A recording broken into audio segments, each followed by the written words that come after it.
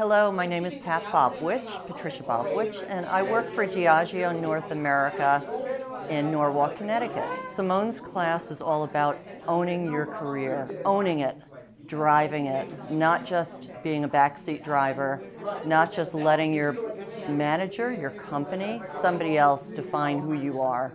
So I think for me, the takeaway is that I can really take the next chapter of my life and take it to the next level. Actually own it, not spend 20, 30 years in corporate America being a recipient of a lot of information and a lot of growth and a lot that I owe to that.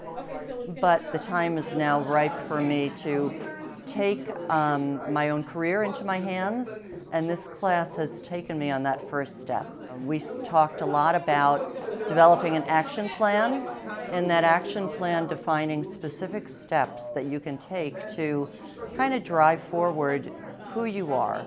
Who are you really? Where do you want to take your life?